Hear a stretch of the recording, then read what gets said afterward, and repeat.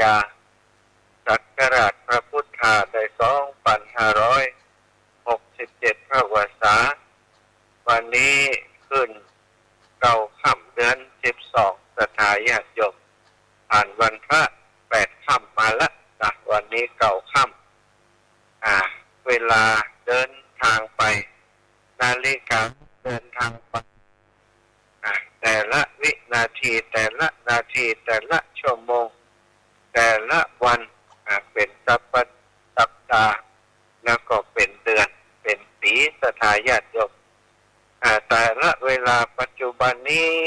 หลายคนก็มาบ่นมาจมว่าเวลามันอย่างมาเร็วอาจารย์นะเดือนหนึ่งคำเดียวก็หมดเดือนหนึ่งคำเดียวก็หมดนะเดือนหนึ่งมัน30 วันโดยประมาณศรัทธาญาติโยมมันก็หมดมันมีอย่างที่บ่หมดของศรัทธาญาติโยมทั้งหลายเวลาอยู่กับที่ชีวิตของคนเฮาก็เดินไปจริงๆเหมือนกันตั้งแต่เกิดก็เดินนะนอนอยู่ก็ถือว่าเดินนาฬิกาชีวิตบ่มียุทธนะสถานยุทธก็คือตายนะยุทธก็คือมดเวลาทานมดก็คือมดลมหายใจเมื่อมดลมหายใจก็คือตายนั่นเองเมื่อตายแล้วนะการชีพหรือว่าชีวิตก็ไปอยู่แล้วไปล่ะไปไหนไปไหนบ่ฮู้นะฮู้อย่างใดว่ามันจะไปไหนได้พ้องก็คือฮู้จากที่มาถ้าฮู้ที่มาก็จะฮู้ที่ไปที่มาของคนเฮาก็ดูจากไหนซะนะดูจากตอนที่มีชีวิตอยู่เป็นคนอย่างไรนะชอบทำบุญทำกุศลชอบเข้าวัดเข้าวาชอบฟังน้ำฟังธรรมแน่นอนพยากรณ์ได้คนเช่นนี้นะก็ต้องไปสวรรค์คนมีศีลมีธรรมนิเลนะสุขติยันติเปิดจึงบอกผู้รักษาศีลดีแล้วย่อมไปสู่สุขติเอาผู้ที่มั่งมีศีลทรัพย์เปิดมีทรัพย์สินมากมายมหาศาลเพราะอย่างเพราะเปิดรักษาศีลจากก่อนก็รักษาศีลจากนี้ก็รักษาศีลปฏิบัติดีค้าขายก็เป็นพวกค้าที่ดีสถานมันขยันในการทำงานมันก็แน่นอนในมีชีวิตอยู่ก็มีความสุขบนโลกใบนี้ได้สร้างบุญได้ต่อบุญเสริมบุญตัวเก่าทุกวันเมื่อไปแล้วอันนี้ก็พยากรณ์ได้สุขติเป็นที่หวังถ้ารักษา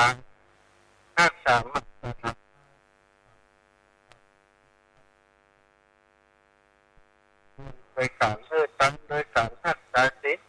โดยการปฏิบัติสมาธิภาวนาอยู่ต่อเนื่องสม่ำเสมอย้ำทำทุกวันแน่นอนพยากรณ์ว่าคนนี้ไปสู่สวรรค์แล้วต่อไปก็เข้าสู่นิพพานในที่สุดทำไมถึงพยากรณ์ได้ก็เพราะว่าพระพุทธเจ้าพระองค์ทำแบบนี้สาวกทั้งหลายทำแบบนี้สั่งสมบุญกันมาเนาะนาทายปล่อยแม่วันเวลาเราตั้งหลังแต่บางคนบางความสำคัญกับเวลาที่มีอยู่ไม่อะไร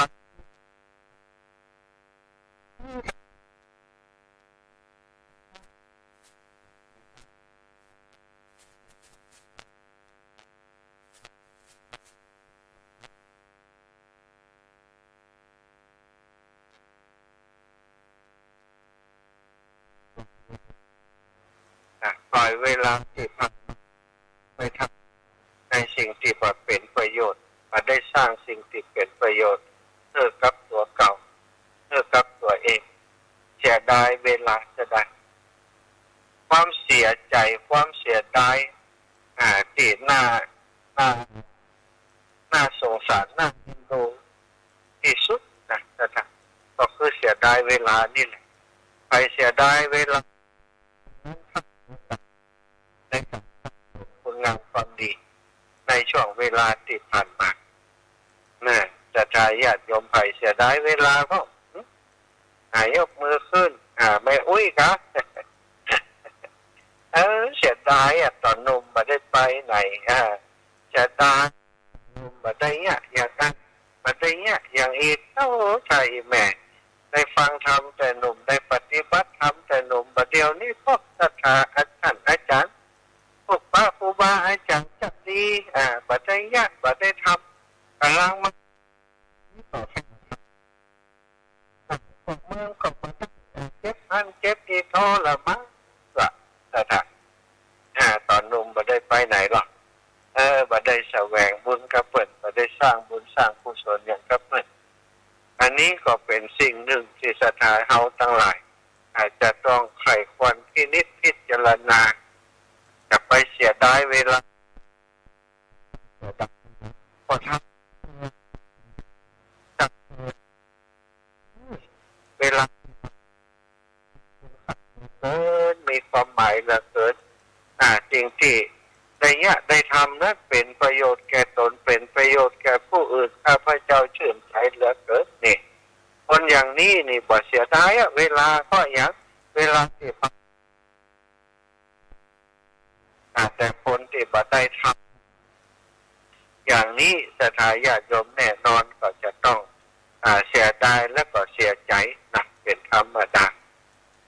พบว่ากันเจ้านี้โอ้ศรัทธาถ้าเป็นนักบวยขึ้นมาก็ตีเลยเนาะพบว่ากันไว้นี่หลายคนอันนี้เสียงไผ่เนาะปกติบ่ได้จัดรายการเวลานี้นะจัดรายการตีสามถึงตีสี่ตีห้าตีสามถึงตีห้าตีห้าส่วนใหญ่ก็จะเป็นครูบาอาจารย์กลุ่มอื่นหลวงปู่ก็ดีท่านอาจารย์แต่ว่า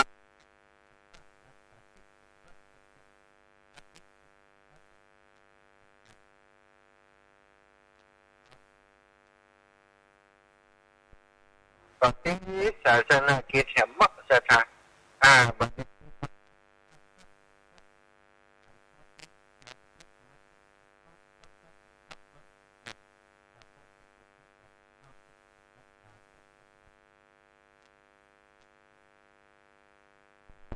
ดีใจ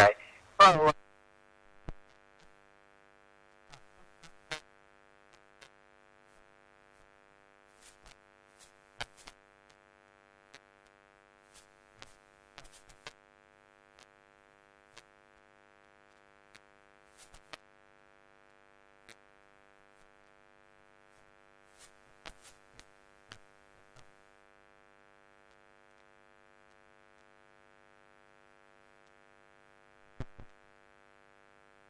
ที่เป็นโดยนะโตมาจากเป็นสามเณรอยู่สำนักของหลวงพ่อเจ้าคณะอำเภอหลวงพ่อพระครูสาธุกิจจานันท์มา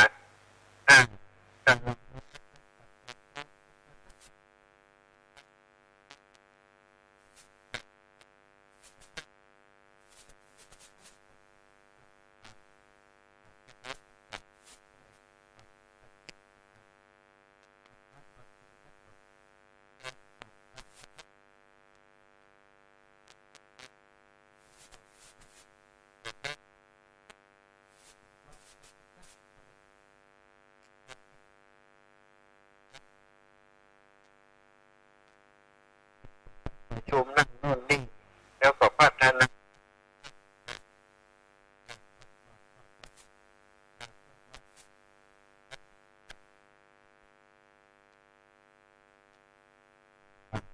พุทธมณฑลเป็นก็มีการวางศิลาฤกษ์พระเจ้าตนหลวงพระเจ้าพุทธลีลาปางประธานพรหรือว่าปางน่าจะเป็นปางประธานพรเนาะที่เปิดจะประดิษฐานตั้งพุทธมณฑลเหมือนกับที่นครปฐมถาญาติโยมพุทธลีลาเนี่ยโอ้องค์ใหญ่งดงามอันนี้ตีของเราก็32 เมตรนะเป็นวางศิลาท่านเจ้าคุณสมเด็จพระมหาธีราจักรกรรม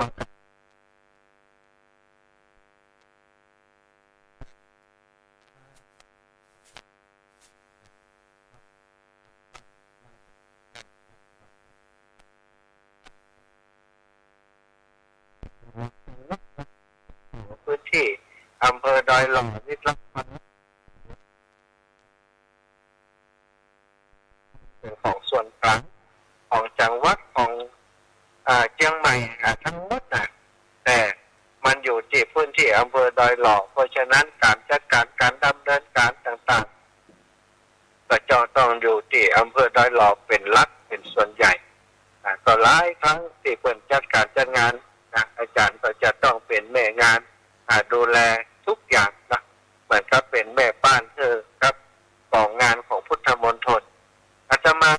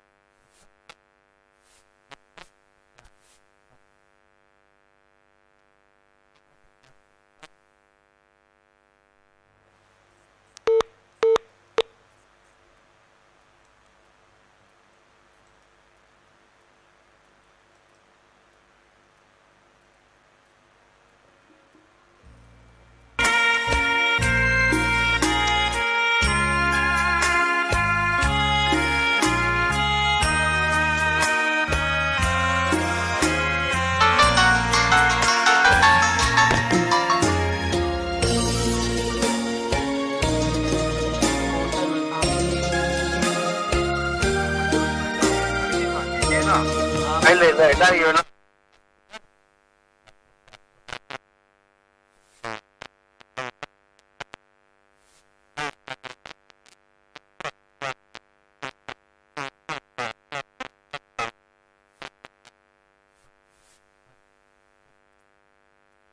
จะเงียบไปก็ต้องสุมาอภัยกับสถานที่ติดตามก็เดียวถ้ามีสถานที่เหมาะก็จะจอดพักสักคำเนอะเพื่อจะได้จัดรายการได้อุปชาให้มันต่อเนื่องตอนบ่อ่านวันโอ้สถานท่านอาจารย์ยังได้กระท่อนกระแท่นไปเหี่ยวันนี้อีกนะเดี๋ยวขอไปสู่จุดที่มันสามารถจอดได้พักได้อาตมาก็จะจอดพักจัดรายการเห็นชัด30 นาทีกันแล้วกันแล้วก็จะเดินทางต่อไปก็เป็นภาระธุระงานของอาจารย์เรื่องสถานก็ทำความเข้าใจครับอีปออีแม่ไว้ บางครั้งท่านอาจารย์เพิ่นบ่ได้อธิบายเนาะหลายคนก็ว่าโอ้ท่านอาจารย์เวลาไปเทศน์ไปอย่างเวลาไปสวดจะได้เทศน์โทรศัพท์ติ๊กๆอีกนะบ่ได้เล่นเรื่องสถานโดยเฉพาะต้นชั่วโมงเนี่ยอาจารย์ก็จะต้องคอยตรวจสอบว่าชั่วโมงนี้ทางทีมงานช่างเทคนิคน้องเจเเพิ่นเกาะสัญญาณครูบาอาจารย์รูปนั้นรูปนี้แล้วยังอีกนะถ้าเพิ่นบอกเกาะสัญญาณอาจารย์ก็จะต้องเข้าไปเช็คไปเกาะสัญญาณบางเตื้อสัญญาณมันบ่ดีสัญญาณมันหลุดอย่างบัดเดียวเนี้ย ตะกี้นี่สัญญาณหลุดไปก็ต้องเข้ามาพอนะสถานก็เลยเหมือนกับว่าเสียโทรศัพท์ติ๊กๆนั่นคือการทำงานของเพิ่นเนอะสถาญาติโยมทหารภาพแบบนั้นอาจจะไปฟังตำนี้เจ้านะคือคิดคือเข้าใจว่าโอ้เพิ่นทำงานอันเนี้ยใจอยู่กับงานตลอดเวลาอาตมาภาพจึงเคารพและศรัทธาท่านอาจารย์ในการทำงานวันเวลาทุกวันก็คือทำงานทุกนาทีคนแบบนี้นี่อย่างที่อาตมาว่าคำว่าเสียใจเสียดายนี่บ่เมียกนะทำกันทุกวันอันนี้ชมพูนั่นนี่อาตมาบ่ฮับเจ้าเนอะวันนี้นะวันนี้บ่ได้ฮับสายเจ้าเนอะที่โทรมาจากกี้นั้นขออาตมาขออนุญาตเนอะขอบคุณมีชมพูนั่นดีกันเนาะอาตมาใช้โทรศัพท์เครื่องนี้นะสถานโทรโทรศัพท์อู่กับเจอยู่เนี่ยก็เดียวจะเจน้องเจถ้า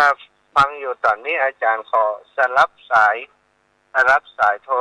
เข้าหาเจหาเบอร์กันแล้วกันเพราะว่าสถาเพิ่นโทรมากวดเบอร์นั้นจริงๆอาจารย์จะใช้โทรศัพท์แห่งเครื่องโทรเข้าไปเบอร์ของเจนี่เดี๋ยวจะปิดเครื่องนี้กำเนอะรอกำเนอะเจเมื่อนั้นโทรมาจริงๆโทรมาเบอร์นั้นแต่มันเดียวมันสายนั้น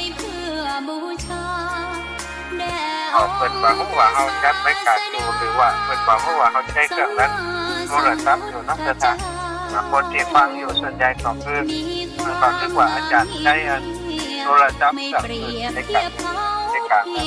ออกอากาศแต่ว่าประเดี๋ยวนี้ใช้เครื่องที่สตาร์ทโอ้คุณเดียวขอเบอร์เจ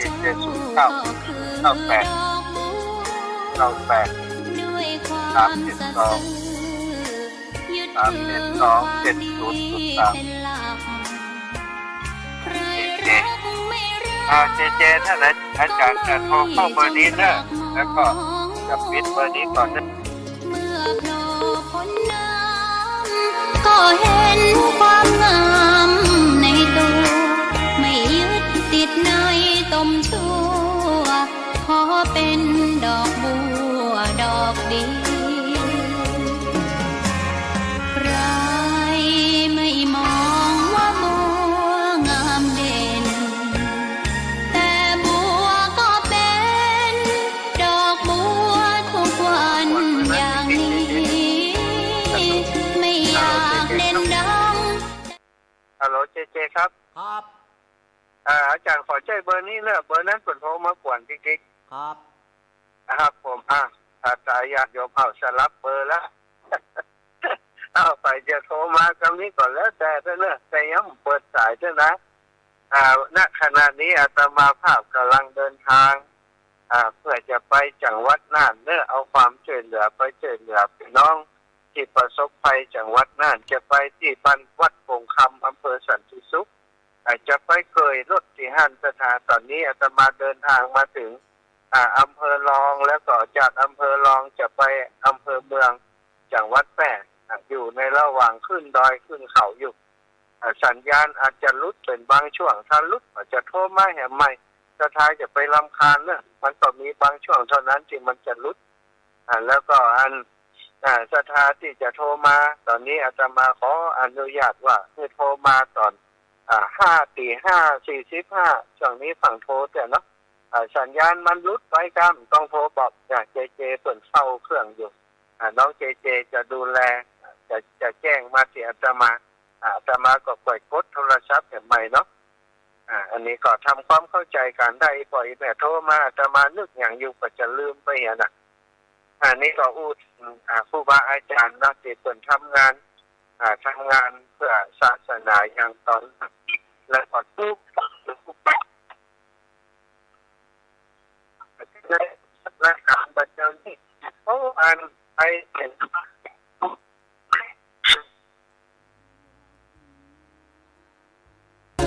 เพื่อสร้างความดี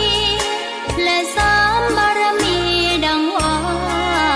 ใช้ดอกบัวนี้บูชาพระสัมมาสัมพุทธ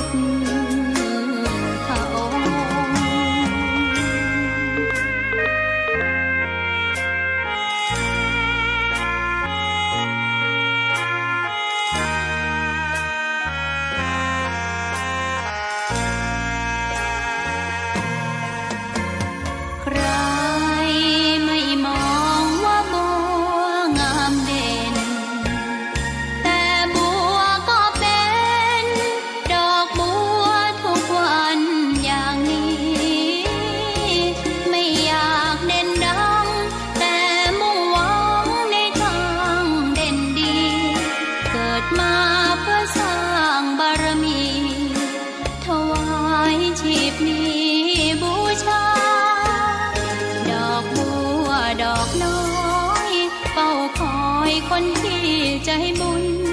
มาโอบเอื้อเกื้อกูลรู้ค่า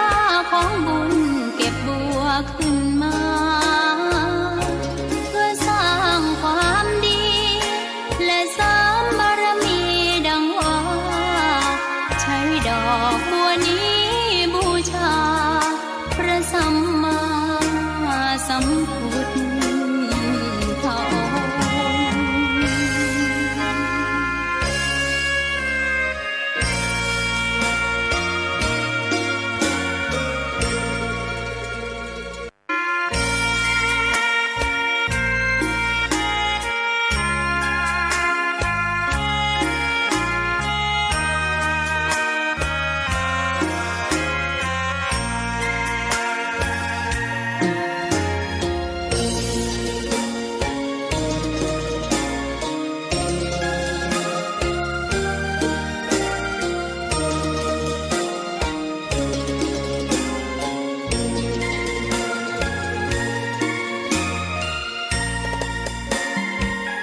ดอกบัวดอกหนึ่ง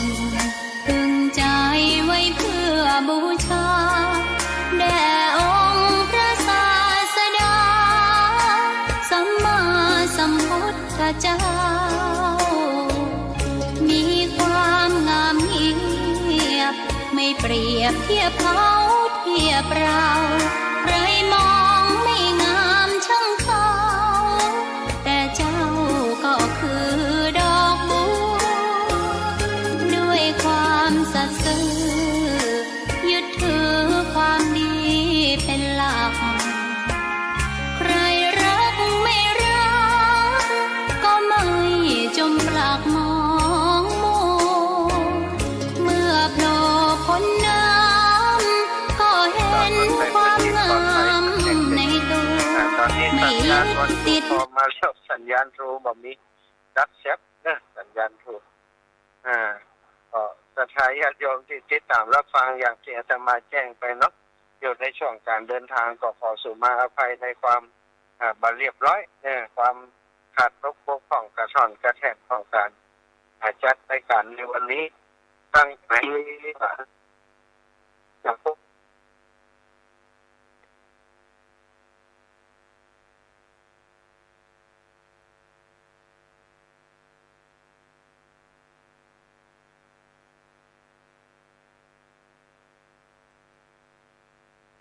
ดอกบัวดอกเดียวใครไม่มองว่าบัวงามเด่นแต่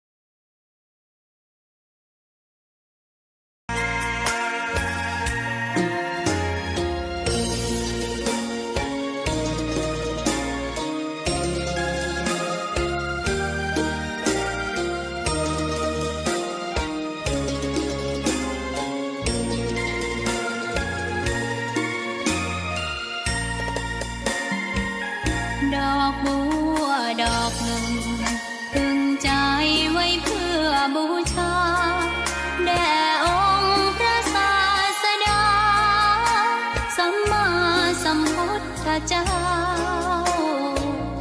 มีความงามเงียบไม่เปรียบเทียบเขาเทียบเราใครมองไม่งามช่างเขาแต่เจ้าก็คือดอกบัวด้วยความสัตย์ซื่อยึดถือความดีเป็นหลักใครรักไม่รักก็ไม่จมปลักมองมัวเมื่อโผล่พ้นน้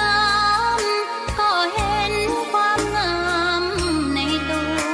ไม่ยึดติดในตมชั่วขอเป็นดอกบัวดอกเดียวใคร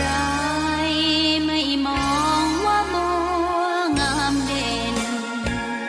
แต่บัวก็เป็นดอกบัวทุกวันอย่างนี้ไม่อยากเด่นดังแต่มุ่งหวังในทางเด่นดีเกิดมาเพื่อสร้างบารมีถวายชีพนี้บูชาดอกบัวดอกน้อยเฝ้าคอยคนที่ใจบุญมาโอบเอื้อเกื้อกูลรู้ค่าของบุญเก็บบัวขึ้นมาเพื่อสร้างความดีและเสริมบารมีดังว่าใช้ดอกบัวนี้บูชาพระสัมมาสัมพุทธองค์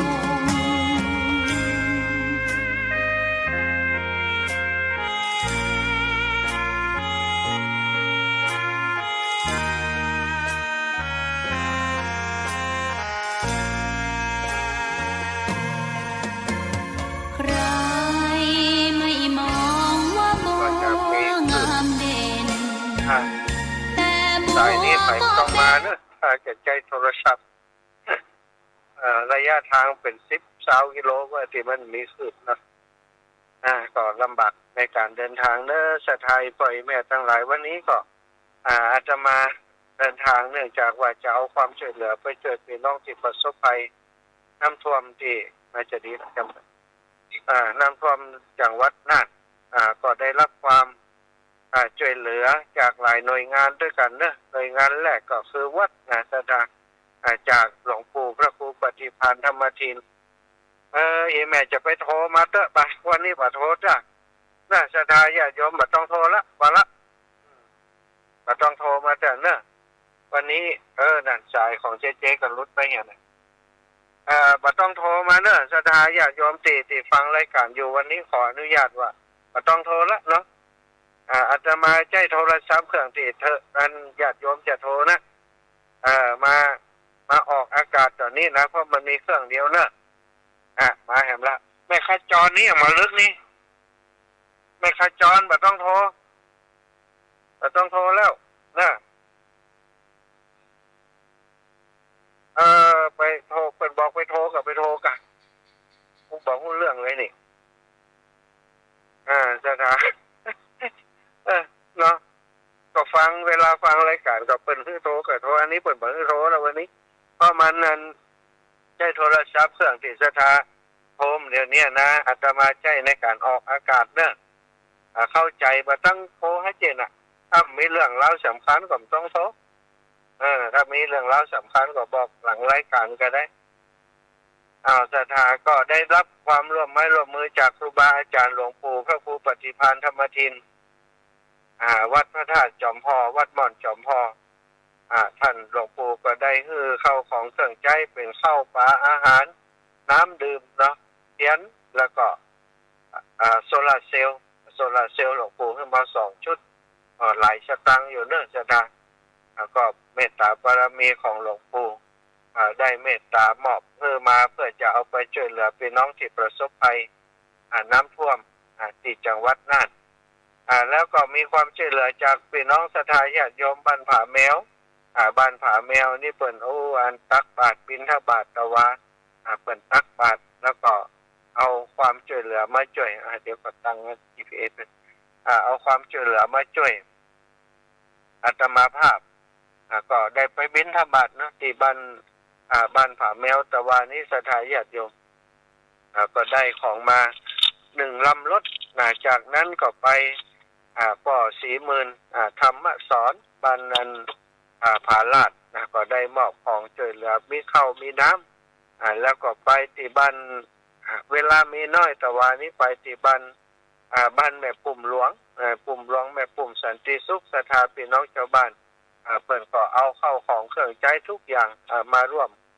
บริจาคช่วยเหลือโดยเสร็จจากท่านก็ไปบ้านฝ่อนเนาะสถาบ้านฝ่อนบ้านปงใต้บ้านจุดหลวง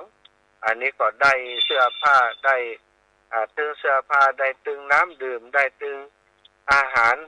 ข้าวสารอาหารแห้งต่างๆโดยที่บ้าน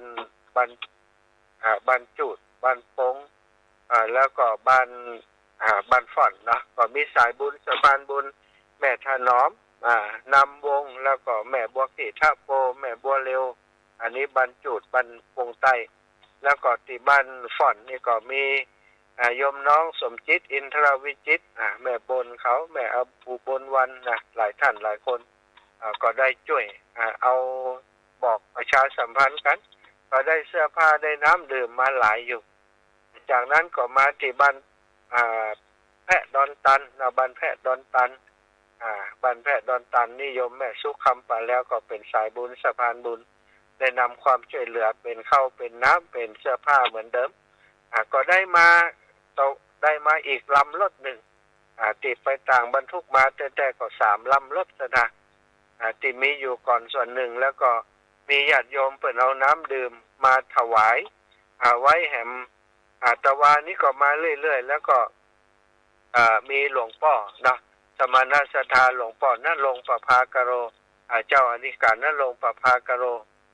วัดสมปานเจ้าวัดประตูต้นพึ่งก็ได้เมตตาเอาน้ำมาแหม100 แพ็คเอาสถาก็พอแล้วเอารถกันเดียวนิคมไหวทีแรกว่าจะเอามากันเดียวรถที่อาตมาใจอยู่เป็นปิกอัพเนาะก็จะเอามากันเดียวพอแล้วบรรทุกของแล้วมันเยอะเกินก็เลยเอาอีกคันหนึ่งซึ่งก็เป็นรถขยมที่มาทำงานโดยติวัดนะก็ได้เอามา2 กันด้วยกันนะขณะนี้ก็ได้เดินทางมาเข้าที่ตัวเมืองจังหวัดแปร่และสถานก็จะตรงไปจังหวัดน่านต่อไปเนอะนี่ก็คือช่วงอยู่ระหว่างการเดินทางที่ศรัทธาญาติโยมโอ้จะได้หายไปแหมเมาะนี่นะก็เนื่องจากว่าอยู่ในช่วงการเดินทางช่วงตะกี้เขาระยะทางเป็น20 กิโลเพื่อกันที่มันมีสัญญาณเนี่ยสถานก็พยายามจะจอดก็บ่มีที่จอดมันเป็นป่ามันทางมันแคบจอดก็บ่ได้ถ้าจอดรถก็จะเป็นปัญหากับรถที่มาทั้งหลังเนาะเขาปั๊มนี่ก่อนก็ได้จอดเป็นปัญหากับรถที่มาทีหลังก็เลยว่าไปเรื่อยๆคิดว่ามันจะคงบักไก่ไก่ค่ะโอ้เป็นว่าบ่มีเหตุตึงปึ๊กเนาะยาวมันเป็นหลายกิโลก็ตอนนี้ก็ดีแล้วมาแล้วเนอะก็ขอบคุณกับสะพานบุญแล้วก็ผู้นำบุญทุกท่านเขามีเวลาน้อยเนาะในการระดมความช่วยเหลือที่จะมาเมืองน่านเพราะวันก่อนนั้นก็ได้เอาไปช่วยพี่น้องที่ประสบภัยที่อำเภอเทิงกันเอาไปเกือบจะมุดดีว่าบางท่านเอามาทีหลังก็บ่สามารถจะเอาใส่รถบรรทุกได้ก็เลยจะต้องเอาเก็บไว้หันก่อนก็ได้เอามาวันเนี้ยเนาะนี่ก็คือเป็นความช่วยเหลือจากศรัทธาญาติโยมพี่น้องหมู่เฮาที่สนับสนุนช่วยเหลืออาตมาในนามของคลื่นสีขาวเนอะในนามของครูบาอาจารย์ท่านอาจารย์พระครูพิวัฒนวิกรมหลวงปู่พระครูปฏิภาณธรรมทินต้องขอขอบคุณกับศรัทธาบุญทุกท่านทุกคนที่ได้ร่วมด้วยช่วยกันนำความช่วยเหลือมาเพื่อพี่น้องเมืองน่านแล้วก็อีกอย่างหนึ่งนะศรัทธาญาติโยมอีป่อยอีแม่ทั้งหลายในวันที่วันที่15ที่จะถึงนี้นะก็เป็นอีกกิจกรรมหนึ่งที่อาตมาภาพจะได้ระดมความช่วยเหลือนะช่วงนี้มีงานที่จะต้องช่วยเหลือสถานที่ต่างๆนะหลายที่หลายแห่ง ซึ่งทราบว่าช่วงนี้ก็มีน้ำท่วมที่จังหวัดน้ำเข้าไปที่แม่สายให้หมดที่เชียงรายก็มีน้ำเข้าไปที่ตลาดแม่สายนะแล้วก็ในพื้นที่หลายพื้นที่ที่แม่อายเนาะแม่อายกับอำเภอฝางแต่วันนี้ก็ฝนตกหนักอยู่ฝนตกหนักแล้วก็เกิดปัญหาดินถล่มลงมาทับคนเสียชีวิตอันนี้ก็คิดว่ากลับจากนั่นแล้วอาจจะต้องเข้าไปที่แม่อายเนาะที่แม่อายที่ฝางก็จะดูว่าจะได้มีเวลาไปช่วงใดฉะนั้นในช่วงนี้ศรัทธาญาติโยมอีปออีแม่ตั้งหลายหมู่เฮาไทยไผมีพอจะมีกำลังจะช่วยเหลือกันได้นะก็ได้ช่วยเหลือกันตามอัตภาพนะไผอัตมาภาพก็ยังจะรับสำหรับน้ำดื่มไผมีน้ำดื่มไผมีข้าวสารอาหารแห้งอยากจะช่วยเหลืออยากจะช่วยเหลือผู้ประสบภัยเป็นโซ่ร้อนอยากจะช่วยเหลือผู้ประสบภัยน้ำท่วมหรือว่าประสบภัยพิบัติต่างๆในช่วงนี้ในช่วงพายุฝนเข้านี้เนาะก็สามารถช่วยเหลือได้เนื่องศรัทธาญาติโยมที่ครูบาอาจารย์ทุกกลุ่มทุกองค์เนาะจะประสานงานกันว่าไผมีน้ำก็มีเสื้อผ้าก็มีอาหารก็มีอะไรอย่างก็เขาก็จะได้จะได้นำความช่วยเหลือถ้ามีเนาะรวมกันไปถ้าพี่น้องเขาที่พื้นที่ที่ไหนที่เพิ่นมีปัญหาก็จะเอาความช่วยเหลือนี้ไปส่งให้เพิ่นเนี่ยศรัทธาถ้าเพิ่นมีอย่างก็ดีไปนะเขาก็จะเอาของมูลนั้นเอาไว้ใช้ประโยชน์ครับวัดวาอารามต่างๆหรือว่าเอาไปช่วยการช่วยงานของวัดวาอารามต่างๆไปแต่ถ้าเพิ่นมีภัยพิบัติที่ไหนเขาก็สามารถเอาความช่วยเหลือนั้นไปช่วยได้ทันทีเนาะ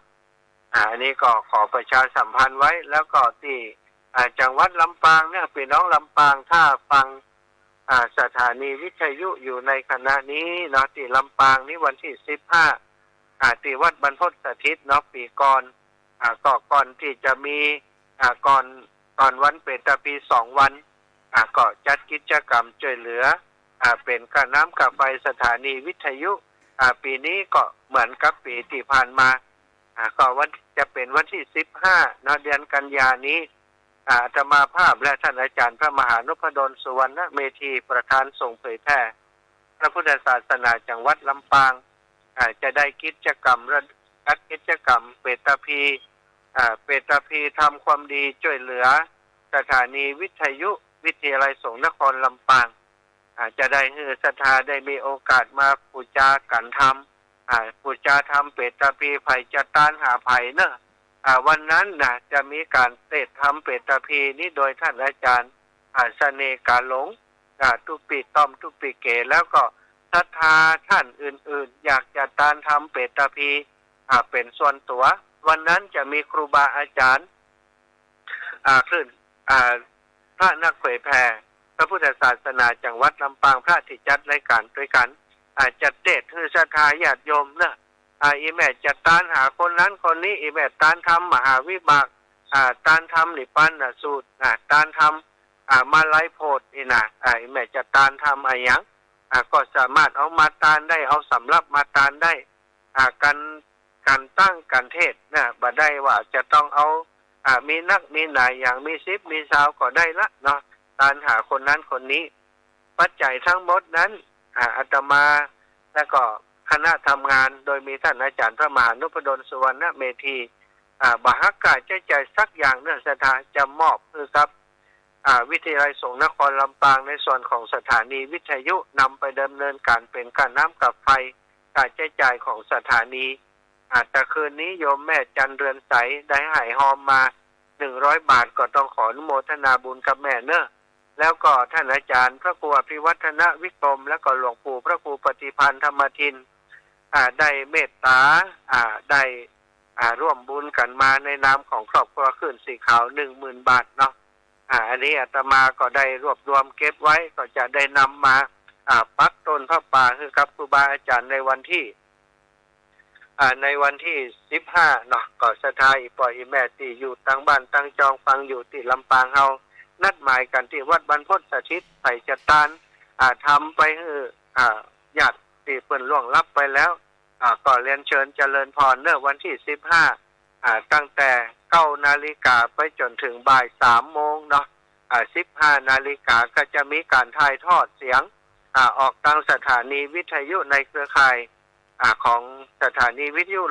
106.50 แล้วก็คลื่นสีขาวด้วยสถานีปล่อยอีแมททั้งหลายที่อยู่ตั้งบ้านก็สามารถปูจากันทำกันได้ปูจากันทำกันละ19 บาทนะใครจะปูจากันทำก็เรียนเชิญเจริญพรได้เลยเนาะเอาละสถานีปล่อยอีแมททั้งหลายได้กันมาถึงท้ายชั่วโมงแล้วก็ต้องขอบคุณกับน้องเจเจที่ขอให้มอนิเตอร์เสียงลุดไปสัญญาณลุดไปเจเจก็ดูแลเจเจก็พอเนาะถ้ามีเจเจก็คงจะลำบากอยู่นะวันนี้นะก็ขอบคุณกับเจเจที่ดูแลสถานีดูแลคอยช่วยเหลือครูบาอาจารย์เวลาเปิดจัดรายการก็ขอคือเจเจอายุมันขวัญยืนเจเจอยู่ดีมีสุขอายุมันขวัญยืนเป็นที่ฮักของคนทั้งหลายทั้งปวงตลอดไปขอบคุณกับน้องเจเจและก็ขอลารายการในวันนี้โดยเพียงเวลาเพียงเท่านี้ขอความสุขสวัสดีจงมีแก่ศรัทธาญาติโยมทุกท่านทุกคนสัตตาโรธรรมาวัฏันติอายุวันโนสุขังพลัง